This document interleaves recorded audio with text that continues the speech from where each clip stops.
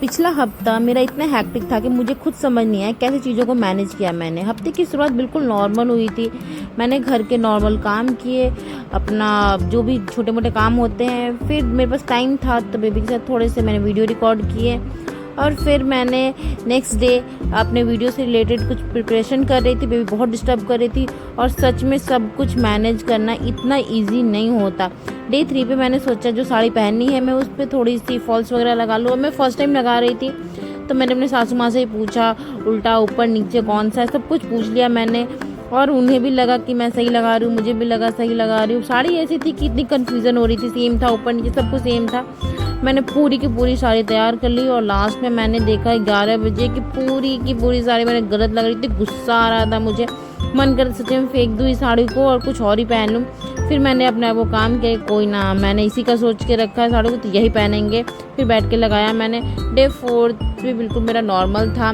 घर के काम किए, साफ़ सफाई, किचन के सारे काम निपटाए फटाफट, क्योंकि मुझे जाना था अपने बेटे को लेने के लिए। और उससे लेने जाने के लिए भर मैंने सनस्क्रीन लगाया। बहुत धूप है, बहुत गर्मी है बाहर।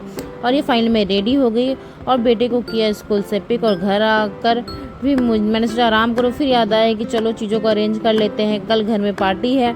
तो मैंने कबर्ड वगैरह सब साफ़ सफाई किया, क्योंकि कल पार्टी है तो चीज़ें बिखरी हुई अच्छी नहीं लगती। और इधर डेकोरेशन वाले लोग आ गए थे और बर्थडे का प्रिपरेशन स्टार्ट हो गया था। बहुत ही प्यारा डेकोरेशन होने वाला था। और उस दिन मेरी सुबह की शुरुआत 4:30 बजे ही हो गई थी। सुबह उठ के मैंने सबसे पहले सूर्य भगवान को पूजा किया, फिर घर में पूजा किया, क्योंकि घर में पूजा सबसे पहले होती है हमारे यहाँ। और फिर मैं रेडी हो गई मंदिर जाने के लिए फटाफट, और हम निकल गए मंदिर। काफ़ी सुबह, आपको दिख रहा होगा बहुत सुबह हो रही थी। फिर मैं भगवान की जाके किया हमने दर्शन, और शाम की पार्टी के लिए भी मैं हो गई रेडी फटाफट। और इधर डेकोरेशन भी पूरी तरीके से रेडी हो गया था। बार काउंटर, डीजे, सब कुछ बहुत रेडी था। और प्लेटफॉर्म भी बहुत ही प्यारा लग रहा था, खाना वगैरह सब रेडी था।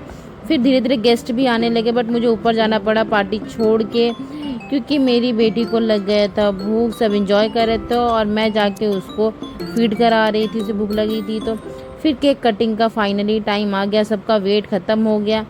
और बच्चे बहुत इंजॉय किए, बच्चे क्या, हमने भी बहुत इंजॉय किया, बहुत मज़ा आया।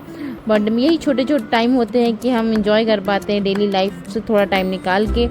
और बस ये दिन बहुत ही क्योश भरा था। सारे गेस्ट चले गए और सच में बॉडी इतनी थक गई थी कि अगले दिन हमारी सुबह 11 बजे होती है। और सबके लिए फिर चाय, और फिर अलग अलग सबके लिए पोहा बनाया। और ये फाइनली मुझे थोड़ा सा रिलैक्स टाइम मिला मेरे ग्रीन टी के साथ। और ऐसा डे परफेक्ट नहीं होता सीरियसली, बट मैं यही चीज़ें रिकॉर्ड करना चाहती थी। ऑनेस्टली यही मोमेंट रिकॉर्ड करना चाहती थी। और मेरे चैनल को प्लीज़ सब्सक्राइब करो, मुझे सपोर्ट करो।